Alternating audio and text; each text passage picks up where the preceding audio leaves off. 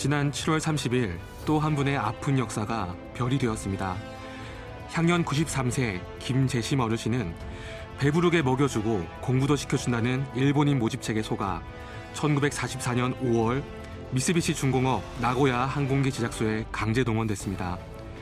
14살 어린 몸으로 온종일 군용 비행기 부속품을 만들며 중노동과 굶주림에 시달렸지만 해방 이후 귀국하면서까지 임금은 단 한 푼도 받지 못했습니다. 고향으로 돌아와서도 한순간 마음 편할 날이 없었습니다. 일제강점기 당시 일제가 침략전쟁을 벌이면서 얼마나 많은 소년 소녀들이 일본에 끌려가 희생당했는지, 강제노역으로 성노예로 삶을 빼앗겼는지 아픈 역사를 기억해줄 이들이 점차 줄어들고 있습니다.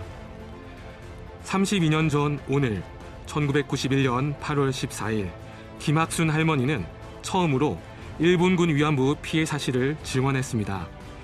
이후 8월 14일은 2012년 세계 위안부 기념일, 2017년에는 국내 법정 기념일로 지정되어 피해 사실을 전 세계에 알리고 피해자들의 존엄과 명예를 회복하고 기리기 위한 날이 되었습니다. 하지만 여전히 사죄와 배상 문제는 해결되지 못하고 있고 왜곡된 역사 인식으로 인한 사건, 사고도 이어지고 있습니다. 정부에 공식적으로 등록된 일본군 위안부 피해자 가운데 단 9명만이 생존해 계실 정도로 시간이 흘렀지만 여전히 강제동원 피해자들은 일본 정부에 진정한 사과를 요구하고 있습니다. 강제동원 문제가 우리 지역에는 어떤 흔적과 어떤 기억으로 남아있을까요? 8월 14일 위안부 피해자 기림의 날, 8월 15일 광복절을 맞아 우리 지역에 남아있는 여러 흔적과 후손들의 목소리를 통해 한일 관계가 미래로 나아가기 위해 해결해야 할 문제들, 우리가 해야 할 역할들에 대해 고민해보고자 합니다.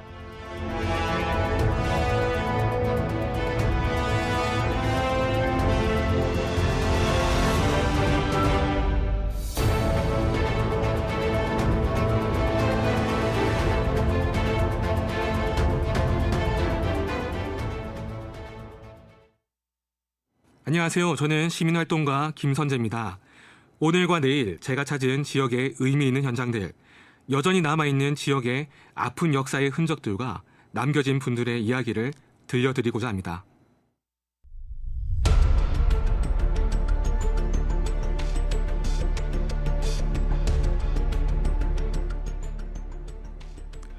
일제의 만행이 극으로 달했던 1938년, 그들은 국가총동원법을 제정했습니다. 중일 전쟁이 장기화되는 가운데 1941년에는 태평양 전쟁까지 일으키며 일본 제국의 여러 인적, 물적 자원이 부족해졌습니다. 그래서 일제는 당시 식민지였던 조선, 바로 우리 땅에서 모든 것을 수탈해 갔습니다. 2004년 일제 강점화 강제동원 피해 진상규명 특별법 제정을 위한 국회 청원 자료에 의하면 당시 동원된 조선인들의 숫자는 787만 9,708명에 달합니다. 1942년 당시 조선의 총 인구가 약 2,700만 명이었으니 일제가 동원한 인구는 전체의 30%에 달할 정도입니다. 동원된 조선인은 크게 노무동원, 병력동원, 성동원으로 구분되는데요. 일본 본토로 끌려가 철도를 깔고 탄광에서 노예로 일해야 했던 사람들이 노무동원입니다. 일제가 벌인 전쟁터로 끌려가 다른 민족의 침략 전쟁에 목숨 잃어야 했던 이들이 병력동원이고요. 그리고 일제의 성노예로 동원된 이들이 일본군 위안부 피해자들입니다.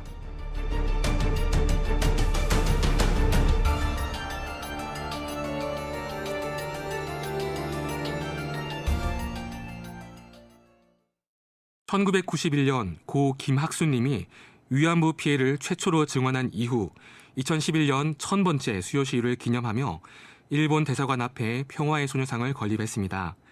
이후 평화의 소녀상은 역사를 기억하는 노력이자 전쟁의 폐해를 알리는 상징물로서 전국에 퍼져나갔습니다. 현재 전국에는 총 128개의 소녀상이 세워져 있는데요. 우리 지역에도 대전과 세종을 비롯해 충청남도에는 천안과 아산, 당진, 서산과 예산, 홍성, 보령과 논산, 서천 지역에 설립돼 있습니다. 그런데 소녀상들이 훼손되고 철거 논란이 이어지는 등 순환을 겪고 있습니다. 지난 3월 3.1절 당시 지역에서는 일장기 개항과 평화의 소녀상 훼손 사건이 지역사회에 큰 충격을 안긴 일이 있었는데요. 당시 현장을 찾아 최초 목격자와 함께 훼손 상태를 직접 확인해 봤습니다. 네, 저는 홍성군의 홍주 읍성 앞에 나와 있습니다. 네, 소녀상의 훼손 상태를 표현하기는 사실 좀 마음이 불편합니다. 하지만 머리부터 이제 설명을 드리겠습니다. 얼굴과 발 부위에 이렇게 금이가 있습니다.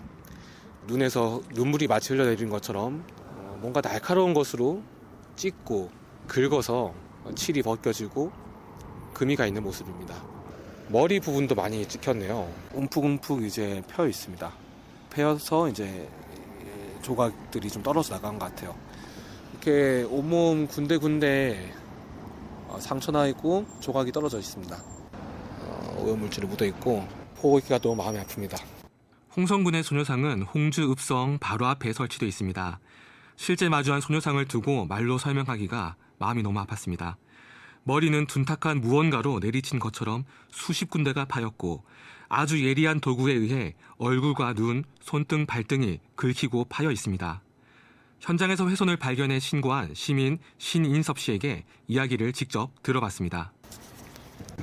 심하죠. 네. 깜짝 놀랐죠. 저희가 이제 3.1절 행사하면서 발견하게 됐는데 얼굴 부분과 발 부분 또 여러 군데 막 날카로운 거를 긁은 것 같은데요. 그렇죠. 뭔가로 굉장히 또 오랫동안 작업을 했을 것 같아요. 네. 금방 이게 그어지는 게 아닌데 그러니까요.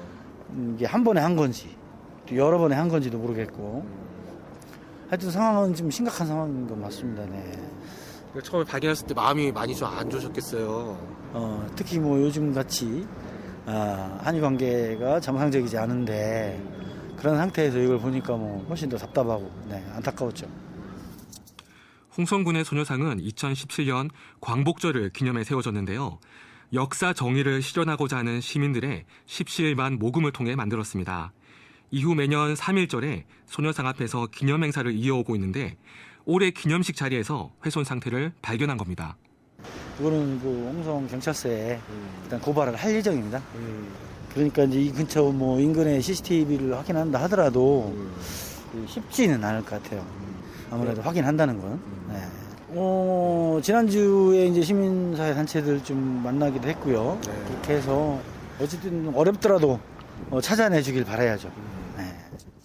이들은 CCTV를 통해서 훼손한 사람을 찾기가 쉽지 않은 일이지만 그럼에도 불구하고 최근 일부 극우 세력이 벌이고 있는 역사 왜곡에 경종을 울리기 위해서라도 시민으로서 강력하게 대처하겠다는 입장을 전했었습니다. 고발하려고 하는 취지도 이렇게 놔둬서는 안 된다. 우리가 반드시 이런 경각심을 주고 다시는 이런 일이 일어날 수 없도록 미연에 방지하자. 이러한 얘기도 한 겁니다. 이게. 당시 홍성군의 소녀상 훼손을 발견한 이들은 고소 고발을 통해 범인을 찾아내고 죄를 묻겠다는 계획과 함께 홍성군의 예산을 통해 복원을 건의하겠다 입장을 전했었는데요. 이후 상황은 어떻게 진행됐을까요? 재발 방지 대책은 마련되었을지 홍성군 평화의 소녀상 추진위원회 민성기 공동대표를 5개월이 지난 시점에 다시 연결해봤습니다. 네, 선생님 안녕하세요. 네네. 제가 그때 3월에 뵙고 또 전화로 이렇게 뵙게 되는데 네. 이후에 좀 상황이 궁금하긴 하거든요. 복구가 되는지도 네네. 궁금하고요. 네. 복구는 그때 당시 됐어요. 3월 달에. 소녀상 네. 복구는 바로 됐고요. 아하. 다만 CCTV 설치해준다고 그랬는데, 그게 아마 뭐 다음 주 정도에 진행이 된다는 그런 얘기를 전해 들었어요. 시스템은 진행 중이고요. 네네. 다행히 평화의 소녀상은 3월 안에 빠르게 복구됐습니다. 홍성군이 추가 훼손을 우려해 관리 주체인 홍성군 여성단체 협의회와의 논의 후 빠른 보수를 추진해서 약 150만 원의 비용을 들여 한 달 만에 수리를 완료했는데요. 당시 CCTV 화질과 위치 등 문제로 범인은 찾을 수가 없었습니다. 홍성군은 유사 사건을 방지하기 위해 기존에 설치되어 있던 CCTV를 고화소 모델로 교체할 계획을 밝혔는데 전면 교체 작업은 현재 진행 중에 있습니다.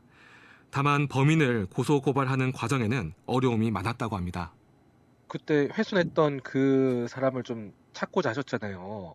그거는 네, 그랬었죠. 진행이 진행이 됐나요? 저희가 한 6개 시민사회단체인데 그 민족문제연구소를 대표로 해서 홍성 경찰서에 고발을 했는데 그 시기도 오래됐고 그 거기를 비추는 CCTV도 직접적으로 있지 않고 그래서 수사하기는 쉽지 않다. 그래서 이제 미제 사건으로 놔두겠다. 그렇게 진행된 상태고, 그러니까 어쨌든 앞으로가 좀 중요할 것 같아요. 그래서 네. 뭐 그 훼손 사태 이후에 시민사회단체가 환경 정화도 하고 뭔가 움직임이 있다고 하는데, 지금 현재는 홍성 여성단체협의회 쪽에 네, 군에서 이제 관리를 의뢰한 것 같고요. 홍성에 좀 하여튼 마음 아픈 일이 있었던 건 사실이지만 어쨌든 이게 좀 계기가 돼서 좀 더 많은 분들이 관심 가졌으면 좋겠네요. 평화의 소녀상은 대개 민간이 주축이 돼 관리를 해왔는데요. 소녀상이 갖는 상징성과 가치를 인정해 지자체의 예산으로 보존, 관리해야 한다는 목소리가 높아지고 있습니다. 충남 홍성에는 일제하 일본군 위안부 피해자 기념사업과 평화의 소녀상 등 피해자를 추모하는 기념조형물 관리에 관한 조례안이 마련돼 있습니다. 피해자의 명예 회복과 지역민의 올바른 역사관 정립을 위한 법적 근거가 마련된 건데요. 조례안 제정 이후 구체적으로 어떤 실천 방안들이 운영되고 또 계획 중인지 홍성군 의회 이정희 의원에게 직접 들어봤습니다. 미래 세대의 올바른 역사인식을 확립하고자 2017년 8월 15일에 홍주 읍성 근처에다가 평화의 소녀상을 세웠습니다. 근데 이거를 세워놓긴 했는데 지속 관리가 안 되다 보니까 좀 어려움이 있더라고요. 그래서 지속 관리 점검하기 위해서 8개 단체로 구성된 홍성군 여성단체 협의회 민간 지킴이단이 운영되고 있습니다. 소녀상 주변에 뭐 제초라든가 화단 정비 등 환경 정화 활동을 진행하고 단체별로 순번을 정해서 매월 소녀상의 훼손 여부하고 보존 상태를 확인하고 있어요. 그래서 바로바로 문제가 발생 시 대처가 가능하도록 하고 있습니다. 되게 이렇게 민간에서 함께하는 게 좀 의미가 깊은 것 같은데요. 네. 이런 조례안을 좀 발의하신 분이시잖아요. 이 소녀상은 건립추진준비위원회가 주축이 되어가지고 국민들의 자발적인 참여로 성금 모아서 조형물을 설치했어요. 근데 그동안에 관리 주체가 명확하지 않아서 관리하는 데 많은 어려움이 있었고 방치하면 안 되겠다는 생각이 들었고요. 그래서 체계적이고 안정적인 관리를 위해서 제도적으로 좀 마련이 돼야 되겠다 생각이 돼서 조례안을 발의하게 되었습니다. 근데 그 CCTV 설치할 수 있는 그 조건이 조금 어렵더라고요. 지금 소녀상 있는 위치가. 그래서 근방을 비추고 있는 CCTV가 하나 있어요. 그래서 그거를 해상도가 높은 CCTV로 회전할 수 있도록 이렇게 했고요. 그리고 소녀상 보존 관리 등에 대한 그 필요한 예산을 확보할 수 있도록 노력하겠다는 말씀을 드립니다. 앞으로 이제 그 의미를 좀 살리기 위한 여러 가지 또 계획이 또 있으실 것 같은데요. 일제강점기 당시 역사적 비극을 기억하고 되풀이하지 않기 위해서는 조형물을 잘 보존하고 관리해야 한다고 생각을 합니다. 물리적인 보존뿐만 아니라 소녀상이 가지는 의미에 대한 교육을 통해서 중요성을 알리는 것도 포함되어야 한다고 생각하기 때문에 근본적인 대책을 강구해 나가는데 더욱더 고민해 보겠습니다. 다음으로 나가본 현장 역시 안타까운 상황이었습니다. 3.1절 세종시의 한 아파트에서 일장기가 개양되었습니다. 또한 모 단체는 세종시 호수공원에 설치된 평화의 소녀상을 철거하라는 기자회견을 열기도 했고 세종시의 소녀상 역시 훼손된 일이 있었는데요. 당시 현장을 찾아 소녀상의 상태를 직접 확인했습니다. 네, 저는 지금 세종시 호수공원에 나와 있습니다. 세종 호수공원에는 평화의 소녀상이 세워져 있습니다. 근데 얼마 전에 이 소녀상 근처에서 좀 불미스러운 일들이 있었죠. 평화의 소녀상에는 이제 평화비 이렇게 설명이 있고요. 일본 제국군에게 강제로 끌려가 성노예로 학대당한 이 땅의 소녀들의 한 맺힌 역사를 모두가 기억하며 일본의 진심 어린 사과로부터 동북아시아의 진정한 평화가 시작되길 바라면서 인권과 평화가 살아있는 사회를 기원하는 세종 시민의 마음을 모아 여기에 평화의 기념비를 세웁니다. 라고 2015년에 설립이 됐습니다. 소녀상에 나가보니 소녀상이 옷을 입고 있습니다. 이게 비록 조형물일지라도 외롭지 않게 시민들이 함께하고 있다라는 의미로 자발적으로 마음을 표현하고 있는 건데요. 봄에는 꽃을 두고 여름에는 부채를 갖다 두기도 하고 겨울이면 따뜻하게 털모자와 목도리를 두르는데요. 그런데 지난 3월 1일 누군가 소녀상을 훼손한 흔적이 발견됐습니다. 현장에서 세종참여연대 성은정 사무처장에게 당시 상황에 대해 들어봤습니다. 저희가 이제 3.1절 행사를 평화소녀상 앞에서 진행을 매년 해왔고, 저희가 이제 올해도 104주년 기념을 하려고 와봤더니, 혹시나 하고 가봤더니 모자하고 저렇게 망토에 이제 날카로운 칼로 베인 듯한 이런 자국들이 저희가 이제 발견을 했고요. 그래서 발견을 하고는 이거는 그냥 넘길 사안은 아니다라고 생각을 했던 거죠. 저 훼손당에 당한 저거를 이제 목격한 16개 단체 이름으로 해서 저희가 세종 남부경찰서에다가 고발 조치를 취해놨고요. 그래서 지금 수사 중에 있는 걸로 알고 있습니다. 근데 저희가 이제 수사는 수사대로 진행을 하되 시급하게 평화의 소녀상을 좀 이렇게 보호 조치할 수 있는 것으로 CCTV를 바로 이제 정면 쪽으로 해서 보호할 수 있게끔 CCTV를 설치하는 것, 이거 같이 요구를 하고 있습니다. 당시 소녀상의 훼손을 발견한 시민단체들은 훼손한 사람을 찾기 위해 경찰에 수사를 의뢰했고요. 앞으로 이런 일이 일어나지 않도록 소녀상 보호 의무가 있는 세종시에 CCTV 보강 및 관련한 지원들을 요청했습니다. CCTV가 저쪽에 하나 있는데요. 지금 저희가 이제 어쨌든 남부경찰서에 한번 수사 의뢰한 결과로는 우선은 이게 특정한 날이라고 할 수가 없기 때문에 저희가 발견을 그날 한 거지. 그러니까 3월 1일 전까지를 이제 다 CCTV를 돌려보셨다고 하더라고요. 했는데 이제 호수공원이다 보니까는 우선은 안개. 그리고 주로 밤에 됐을 거다라고 하는 데에서 그렇게 하고 CCTV가 어쨌든 정면에 있지 않고 사선으로 있는 상황에서 특정인을 지금 특정짓기가 쉽지는 않다. 하지만 다시 돌려보겠다라고 하는 말씀을 들었고요. 그래서 우선은 저희가 이제 시급하게는 CCTV를 정면에다가 보호 조치할 수 있는 것 하나 하고, 두 번째로는 평화의 소녀상을 설치만 해놓고 조형물로만 그냥 두는 것이 아니라 이게 조례에 보면은 시에 보호해야 되고 관련된 것들 조치를 해야 되고 행사와 관련된 걸 지원을 해야 되는 여러 가지가 있습니다. 그래서 이제는 시에서도 적극적으로 좀 지원을 해달라고 하는 것까지 그렇게 요청을 하고 있습니다. 마음 많이 아프지만 좀 결기를 다잡고 역사의식을 좀 다시 이때 다시 한번 되잡는다라고 하는 그런 계기를 삼아야겠다는 생각을 합니다. 세종시 상황도 비슷했습니다. 정확히 어느 시간대에 훼손 사건이 발생했는지를 찾기가 쉽지 않은 데다 CCTV 위치며 해상도가 특정인을 찾는 데 한계가 있었습니다. 다시 세종시 평화의 소녀상 현장을 찾아가 봤습니다. 햇볕이 뜨겁게 내리쬐는 호수공원 내 자리한 평화의 소녀상 곁에는 여전히 시민들의 마음이 전해지는 부채 등 선물과 꽃이 소녀상을 지키고 있었습니다. 네, 옆에 앉을 테니까 사진 좀 찍어줘요. 찍어드릴까요? 네, 하나, 둘. 우리 애들한테 사진 보내줘야 되겠다. 그러니까요. 사진도 찍으시고. 평화의 소녀상을 배경 삼아 사진을 찍는가 하면 학생들은 소녀상에 적힌 문구를 곱씹어 읽는 모습도 보이고, 그렇게 소녀상은 시민들 속에서 시민들과 함께 아픈 역사의 기억을 새로운 의미와 가치로 만들어가는 모습이었습니다. 여기 소녀상 있는 거 혹시 알고 계셨어요? 네. 알고 계셨어요? 이게 어떤 의미인지도 좀 잘 아시나요, 혹시? 위안부 맞아요. 이걸 봄으로써 조금이나마 떠올릴 수 있는 그 역사의 아픔을 떠올릴 수 있다 이런 말씀이신 거죠? 가끔씩 많은 분들이 보면 여기서 와서 참배도 하시고 하더라고요. 참 대단하구나 그런 생각을 했어요.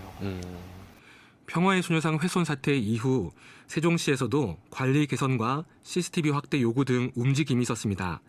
세종시 행정사무감사에서 이 문제가 언급되는가 하면 평화의 소녀상 보존 및 관리 방안 모색을 위한 간담회가 진행되기도 했습니다. 세종시에는 이미 평화의 소녀상을 보호 관리하는 조례가 마련돼 있습니다. 세종시는 3년 전 조례를 만들어 소녀상 관리 주체와 방법을 명시했는데요. 시장이 관리 책임자를 지정하고 관리대장을 작성, 관리하도록 했지만 훼손 사건이 일어나기 전에는 관리대장이 제대로 작성되지 않았습니다. 조례를 통해 명시한 일본군 위안부 피해자를 위한 기념사업과 발굴 사업은 물론 국제 교류와 국내외 조사를 위한 예산 지원 조항도 유명무실합니다. 세종시 의회 여미전 의원은 이 문제를 세종시에 지적했는데요.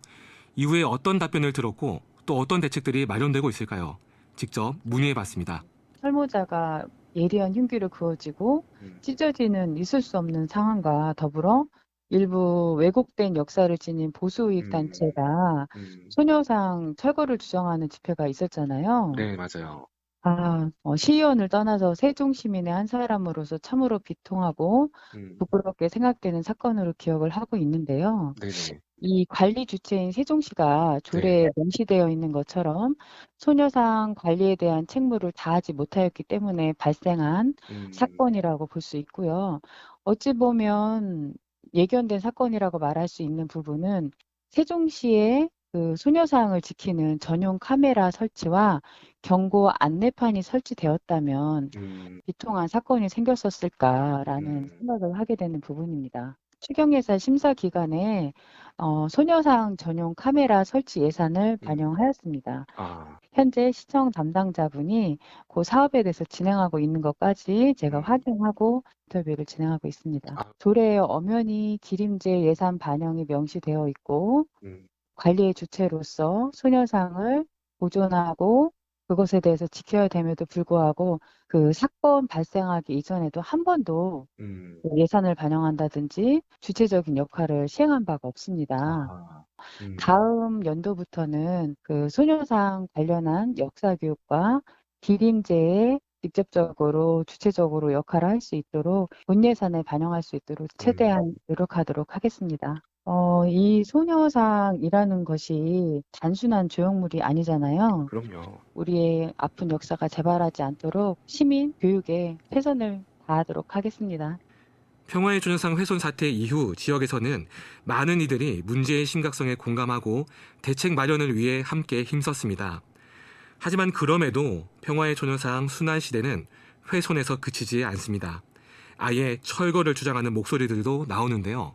일본의 소녀상 철거 요구에 카셀대 소녀상이 철거되었고 독일 총리에게 공개적으로 베를린 소녀상 철거를 요구하는가 하면 아르헨티나 소녀상은 설치 과정에서 무산된 일도 있었습니다. 국내에서도 아픈 역사를 잊지 말자는 위안부 피해자들에 대한 위로이자 역사 교육의 상징물인 평화의 소녀상과 강제징용 노동자상이 정작 미래로 나아가려는 한일 관계를 막고 있다며 철거를 주장하는 기자회견이 지역에서 열리기도 했는데요. 평화의 소녀상, 강제징용 노동자상 앞에서 시민들의 의견을 직접 들어봤습니다. 안녕하세요. 잠깐만 좀 실례하겠습니다. 저기 앞에 평화의 소녀상 관련해서 취재 중인데요.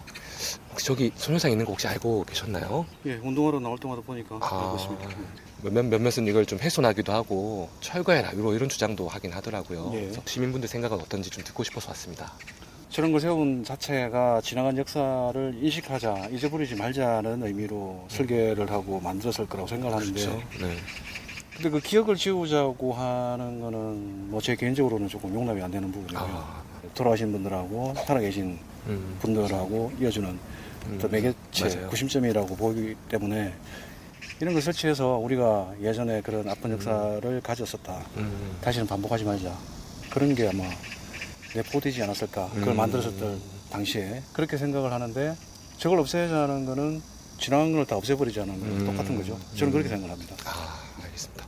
피해자 그 분들 되게 많이 돌아가셨잖아요. 맞아요. 지금 몇 분 안 안 남으셨는데 그렇죠. 저렇게라도 해야지 누군가는 기억해야 되는 일이라고 생각합니다.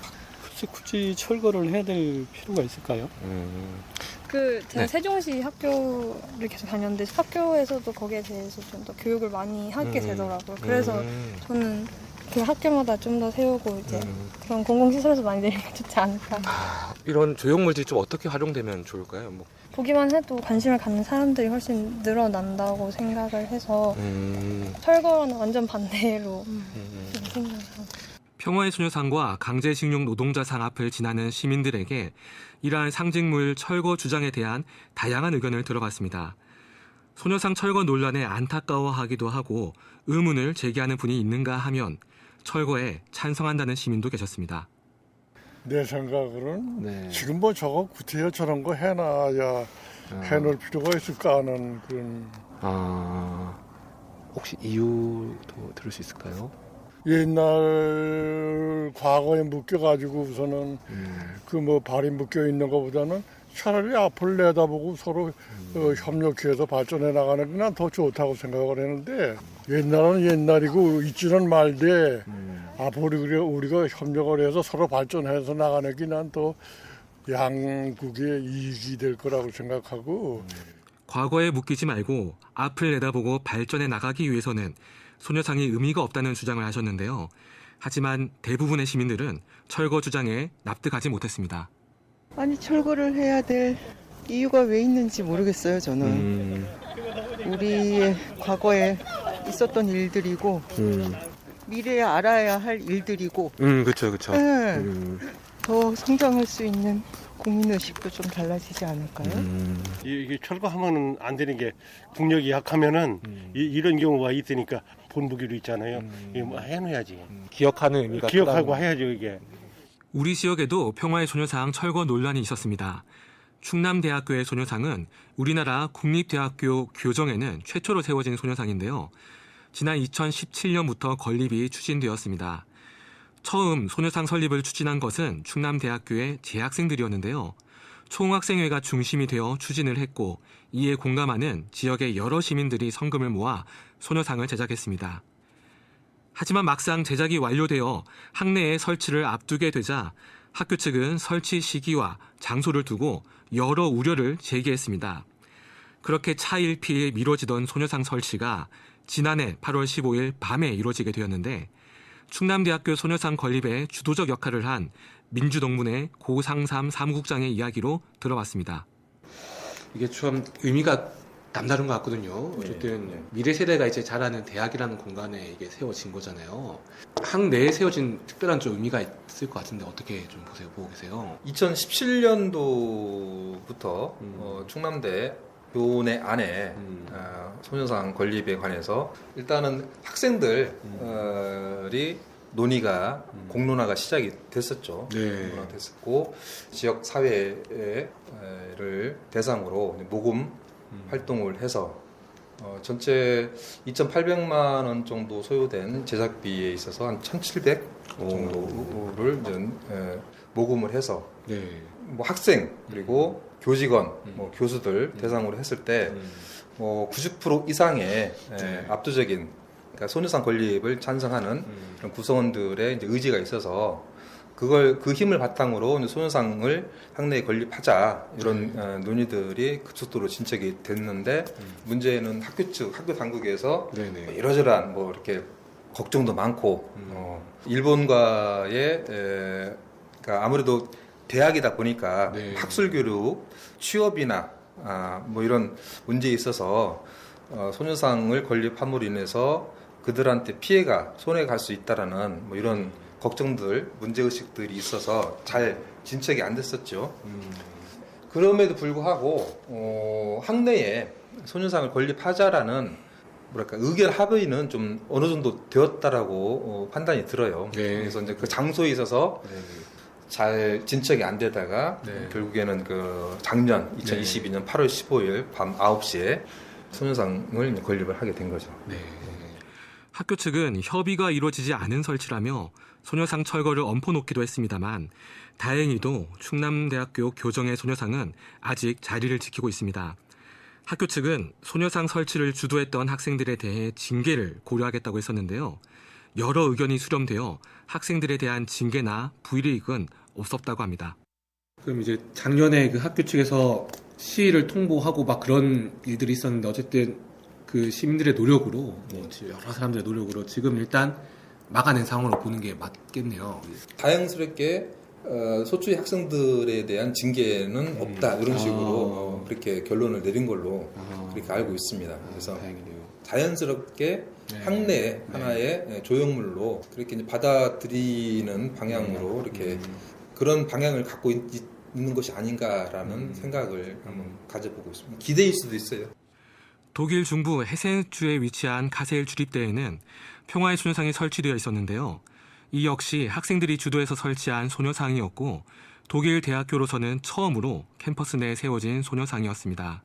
그러나 반일 감정을 조장할 수 있다라는 이유로 프랑크푸르트 일본 총영사의 철거 압력을 받아왔고 지난 3월 대학 측은 소녀상 건립을 주도한 총학생회 등과의 협의 없이 철거를 단행했습니다.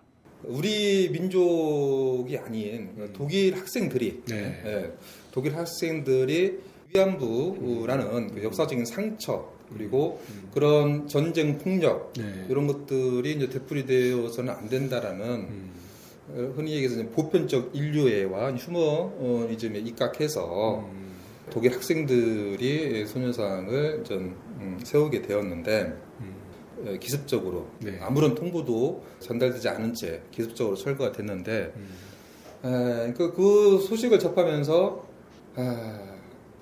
우리 정부 차원에서 수수방관하고 오로지 이제 민간 차원에서 그 독일 학생들과 연대를 해가지고 다시 소녀상을 원상 복구시키려고 시도를 한다라고 좀 듣고 있는데 정부는 무엇을 하고 있는지 그 부분들이 좀 많이 안타깝고 독일 현지에서는 카셀 내의 평화의 소녀상을 되찾기 위한 온라인 서명과 후원 운동이 진행 중이고 독일에 있는 한인 단체가 규탄 성명 발표와 집회를 통해 의견을 내고 있지만 우리 정부의 미온적 태도로 앞으로 어떻게 될지는 불투명한 상황입니다. 충남대학교 내 평화의 소녀상 역시 철거 압박 소식이 지역에 알려지자 이를 반대하는 시민들의 발길이 이어졌는데요. 시민들은 자발적으로 충남대 소녀상을 찾아 인증샷을 남겼고요. 학교에 적극 항의하기도 했습니다. 이런 노력으로 지금까지 소녀상 철거를 막아올 수 있었는데요. 고상삼 사무국장은 소녀상을 지키기 위한 국내외 노력이 앞으로도 뒤따라야 한다고 강조했습니다.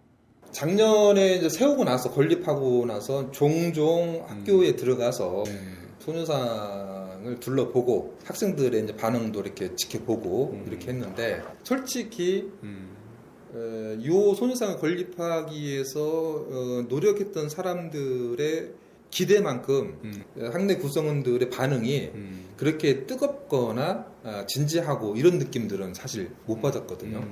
비단 요 충남대생뿐만이 아니라 자라나는 뭐 초중고 이런 학생들이 하나의 역사적 교육의 장으로 활용할 수 있도록 자주 방문을 해서 둘러볼 수 있고 산 교육이 될 수 있도록 노력을 좀 해야 될 것 같고요.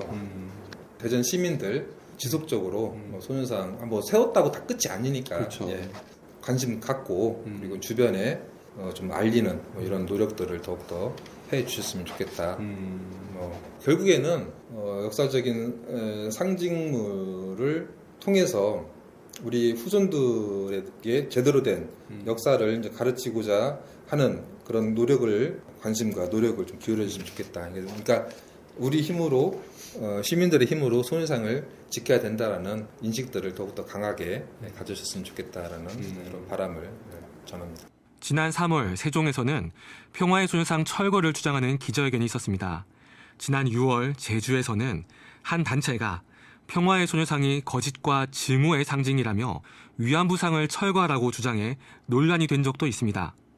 일본군 위안부 문제를 미국 사회에 알리기 위해 지난 2019년 워싱턴 DC 인근에 설치됐던 평화의 소녀상은 철거돼 보금자리를 잃었습니다. 평화의 소녀상 철거를 주장하는 목소리가 높아지는 이유, 철거 논쟁이 반복되는 이유가 무엇일까요? 제가 각 현장에서 만난 이들에게 동일한 질문을 던져봤습니다. 하나같이 같은 이유를 지목했습니다. 지금 우리 정부가 보이고 있는 입장과 메시지가 잘못되었다는 지적입니다. 물론 그 전에도 뭐 친일적인 행각, 반민족적인 그런 행태들을 보이는 이런 모습들도 종종 있었지만은 특히나 정권의 최정점에 있는 이런 부류들이 친일적인 행각 그리고 반민족적인 이런 행태를 보이는 이런 저간의 상황들이 공간을 그렇게 열어주는 것이 아닌가 이런 생각이 들기도 합니다. 아무도 감히 말하지 못했던 그 식민사관이나 이런 것들을 뭐 공공연히 얘기를 하고 사회 분위기를 그런 식으로 역사를 왜곡하거나 또 그들이 자유롭게 활동할 수 있도록 판을 열어주는 건 무조건 나는 뭐 정권의 문제라고 봐요. 지금까지는 극우 세력들이 자신의 주장을 하고 싶었어도 사회 분위기상 감히 주장하거나 행동할 분위기가 아니었다면 정부가 보이고 있는 과거사에 대한 입장들이 극우 세력이 활동할 수 있는 여지를 열어주었다는 주장입니다. 나라를 잃으면 가장 피해받는 게 여성이고 가난한 집에 더군다나 가난한 집의 여성이고 뭐 이렇다고요. 가장 그 최하층의 사람들, 가장 피해받는 사람들이 겪은 고통에 대해서 권력이 있는 사람들이 제일 먼저 해야 될 건 가장 아픈 사람들을 위해서 무엇을 할 것인가를 고민해야 되는 게 먼저인데 이렇게 고통받은 분들한테 또다시 그들에게 고통을 준다는 건 이건 사회 자체가 아직도 너무나 미성숙한 이 형태의 모습인 뿐더러 이와 같은 일을 지금 겪는다고 생각해보란 말이에요. 이거는 그래서 영원히 기억하고 끊임없이 반복해서 이야기하고 계속 환기시켜서 이렇게 되지 않도록 이게 그런 상징물인 거라 우리가 이렇게 잘 보존도 해야 되지만 우리가 앞으로 나아갈 길에 있어서 과거를 정확히 짚어야 미래로 갈 수 있는 거거든요. 정말 미래로 가고 싶으면 제대로 정리해서 뭐 사과받고 배상하고 이런 관계들이 다 정리가 돼야 진짜 미래로 갈 수 있는 거다. 미래를 지향하자는 것에 반대할 사람은 없겠지만 과거 우리가 겪었던 아픔에 대한 치유나 일본 정부의 진심 어린 사죄 배상이 너무 뒷전으로 밀려나고 있다는 지적입니다. 미래지향적인 한일 관계를 이야기하는데 관계의 기본은 그 전에 있었던 잘못한 거는 사과하고 나서가 그 다음에 미래가 있다고 보여지는데 맞지 않다고 보고요. 그런 어떤 정부의 대일 관계에 관계된 시그널들로 인한 여러 가지 지금 이렇게 발생되고 있는 게 아닌가.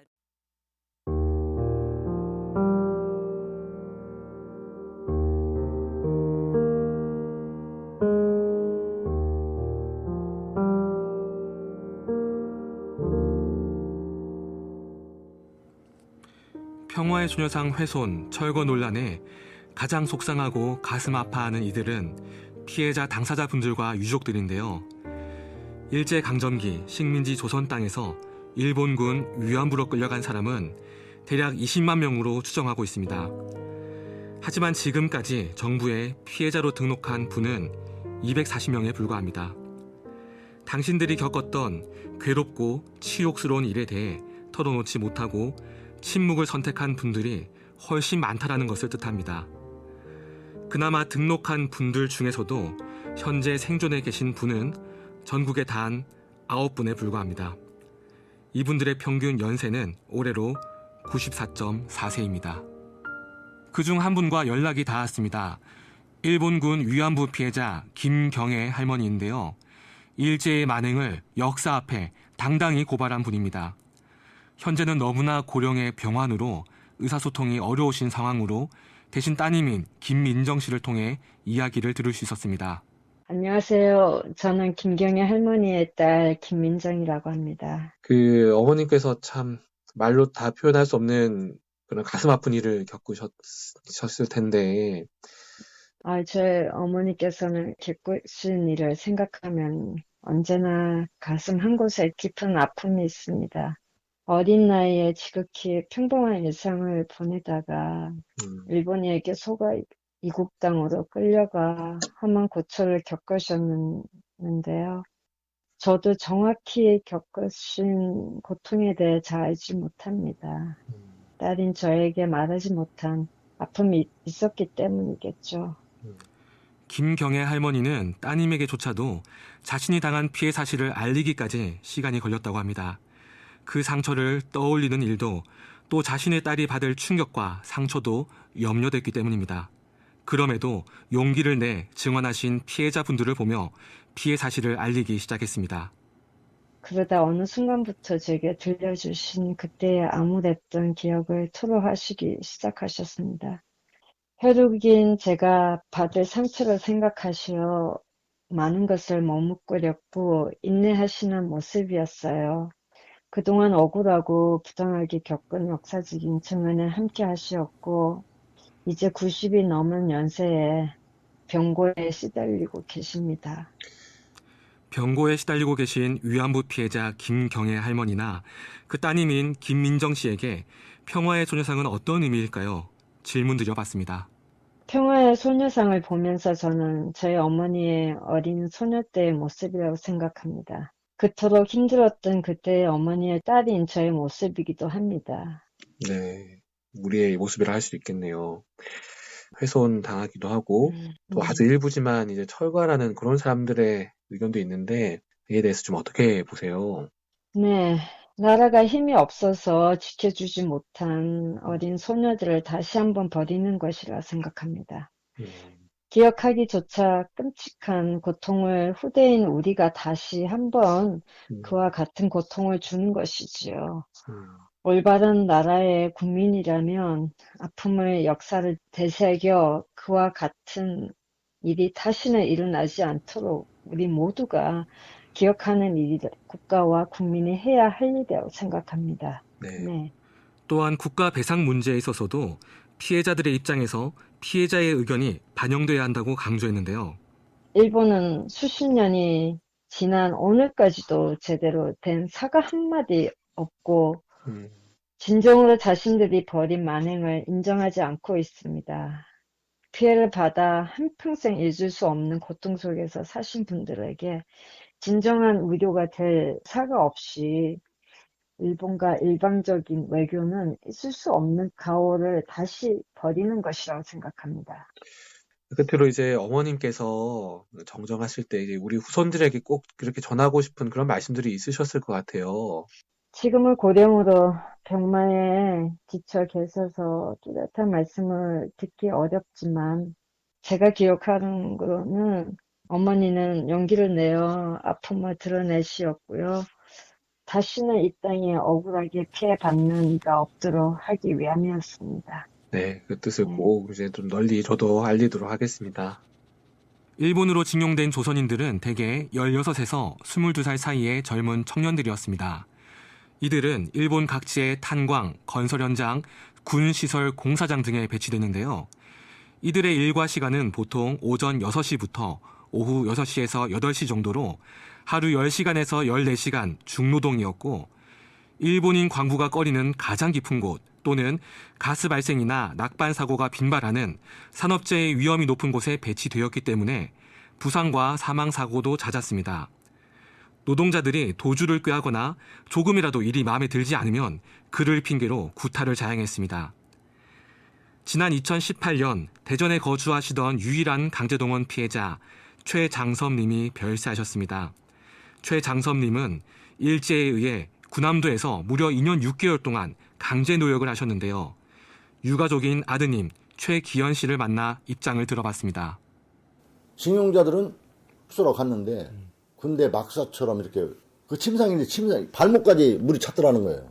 근데 거기서 이제 모포 한 장 들고 가보니 쥐는 왔다 갔다 하고 저녁부터 밥을 주는데 밥통이나 주는데 콩깨묵밥을 주더라는 거예요.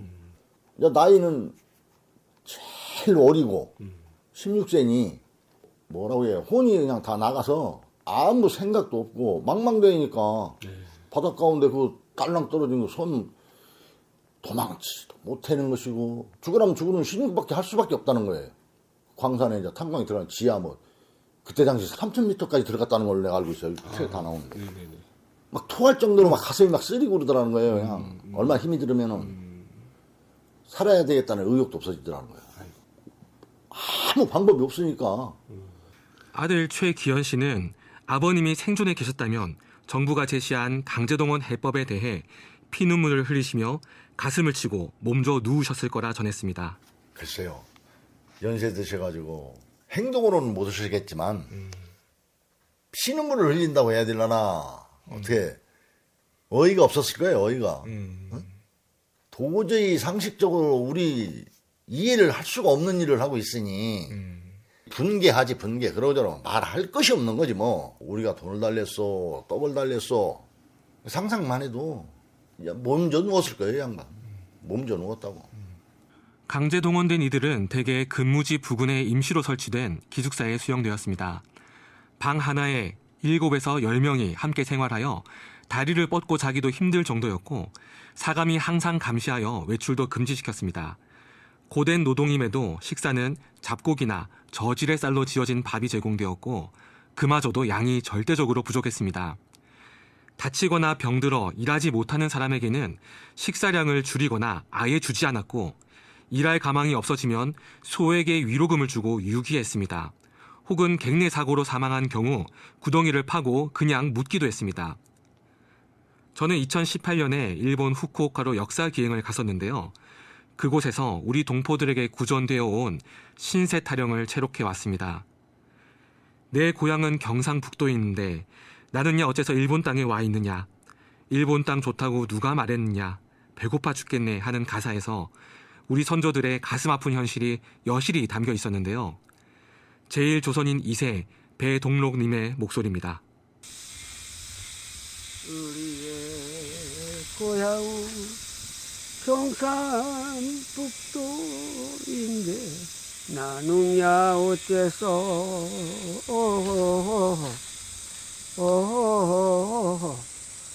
숲바로 왔느냐 일본 단초 타고서 누가 말을 했느냐 일본 땅 와보니 배고파 못 살겠네 숯을 팔 때는 배고파 죽겠는데 그 말만 하면은 몬들이 맞아 않네 배가 고파요 어머니 보고 싶소 고향에 돌아가고 싶다. 지금도 후쿠오카 탄광 지역에는 당시 조선인들의 무덤이 아무렇게나 방치되어 있습니다. 심지어 일본인들이 키우던 반려동물 무덤에는 비석까지 세워져 있는데요. 조선인들의 무덤은 보타이시라고 탄광에서 나온 돌멩이로 위치만 표시되고 있을 뿐입니다. 탄광에 끌려온 조선인 강제 징용자들은 죽어서도 사람의 대접을 받지 못했습니다. 죽은 조선인들의 시체는 아무렇게나 버려졌고요. 그 모습을 지켜보던 조선인 노동자들은 자신들이 돈을 내어 시신을 화장해 몰래 묻은 겁니다. 일본인들은 동료의 장사를 지내는 것도 허락하지 않았습니다. 밤에 몰래 나와 자신들의 돈을 들여서 묻어야 했고 시신 한 구 뉘일 땅도 없어서 남의 묘지에 묻어야 했습니다. 아이고 나라 뺏긴 민족을 이렇게 소름 받는가. 아이고 가슴을 두드리면서 천잔목 내다봤네. 여기저기에서 죽은 사람은 많았는데 초산 치는 것은 한 번도 못 봤네. 아이고야 답답하구나. 비참한 그 탄광 노동자의 그 모습을 알려줬어요. 나라를 뺏기고 말을 뺏기고 사람까지 뺏어가는 기억하십시오. 우리가 이래 그 할아버지들은 못 묻고 두드리 맞고 억울하게 돌아가서 너무 비참하지 않소? 이들의 상처와 피해를 무엇으로 보상할 수 있을까요? 우리 정부는 일제강점기 강제동원 피해자들이 받아야 할 배상금을 국내 기업 돈으로 지급하는 방안을 해법이라고 발표했습니다. 지난 3월 일본 피고 기업이 내야 할 배상금을 행정안전부 산하 일제 강제동원 피해자 지원재단이 대신 모금해 피해자 측에 지급하는 제3자 변제 해법을 내놓았는데요. 하지만 위안부 피해자 등 강제동원 피해자들은 현재 정부의 제3자 변제를 거부하며 당사자가 빠진 강제합의는 있을 수 없다는 입장을 고수하고 있고 정부는 불수리된 공탁 신청에 대해 이의 절차를 받는 등 공탁을 계속 추진한다는 방침인데요. 현재 진행 상황과 입장 등을 들어보고자 요청했지만 일제 강제동원 피해자 지원재단 측은 인터뷰 거절 의사를 전해왔습니다.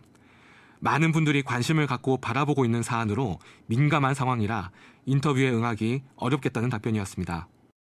충남 천안에는 일본 제국주의의 침략으로 고국을 떠나 망국의 서러움과 고난 속에서 고향을 그리다 숨진 선조들이 잠들어 있는 망향의 동산이 있습니다. 일제강점기 일본에서 억울하게 돌아가신 분들을 기리는 공간인데요. 일일이 그 신분을 밝힐 수 없어 무명으로 잠들어 계십니다. 또 일본군 위안부 피해자 56분이 모셔져 있는 곳이기도 합니다. 그중에는 최초로 증언에 나선 김학수님과 인권운동가로 활발히 활동하시던 김복동님도 있습니다. 신인식 원장의 소개입니다. 그 국립망향의 동산은 일제강점기 강제동원이나 일제 그 살정책 등으로 해서 어쩔 수 없이 고국을 떠나서 이국 땅에서 고초를 겪으셨던 해외 동포분들이 고국 땅에서 편안히 안식하실 수 있도록 마련된 국립묘지입니다. 1976년에 설립되어 올해로 47년째를 맞이하고 있으며 현재 13,200여 분이 이곳에 잠들어 계십니다. 매년 10월 초에 합동위령제를 개최하여 영령들을 추모하고 있습니다. 망향이 동산은 일본군 위안부 피해자분들이 현재 56분이 잠들어 계십니다. 위안부 피해자분들을 모시기 위해서 이분들만을 위한 묘역이 이제 별도로 조성되어 있습니다만은 유족분들이 이곳에 이제 별도로 모시기보다는 일반 묘역에 다른 분들과 함께 오셔지기를 원하셔서 현재 이제 위안부 묘역에는 안장되신 분들이 안 계시고 이곳에 이제 2018년에 이제 설치된 일본군 위안부 추모비가 이분들을 기리고 있습니다. 이번 광복절에는 이곳을 찾아 강제동원 피해자들의 아픈 역사를 마주하고 우리가 나아가야 할 길에 대해 고민해 보는 건 어떨까요? 이곳 망향이 동산은 언제나 열려 있습니다. 그래서 별도의 참배 신청이나 이런 절차 없이 주간인 오전 9시부터 오후 6시까지 오시면 누구든 참배를 하실 수도 있고 묘역을 둘러보실 수도 있습니다. 잠시나마 편안히 쉬셨다 가실 수도 있습니다.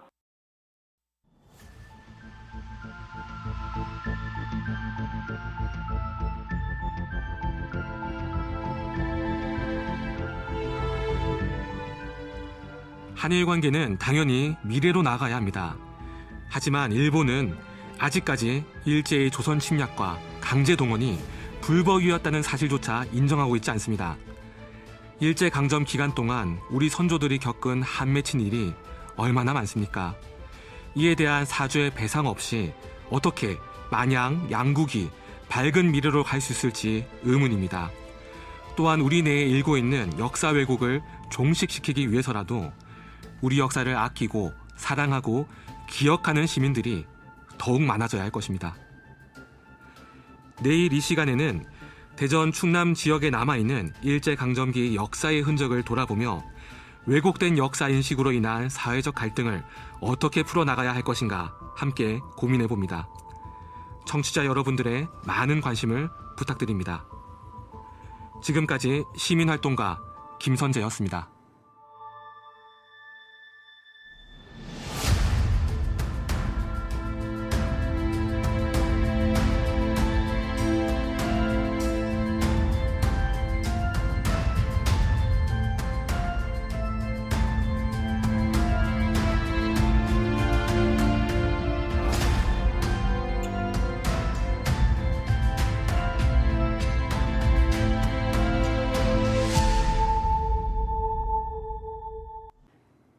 내일 이 시간에는 KBS 대전방송총국 개국 80년 라디오 특집 광복 78년 흔적과 기억 제2부 일제 잔재 청산의 노력과 과제가 방송됩니다. 여러분의 많은 청취 바랍니다.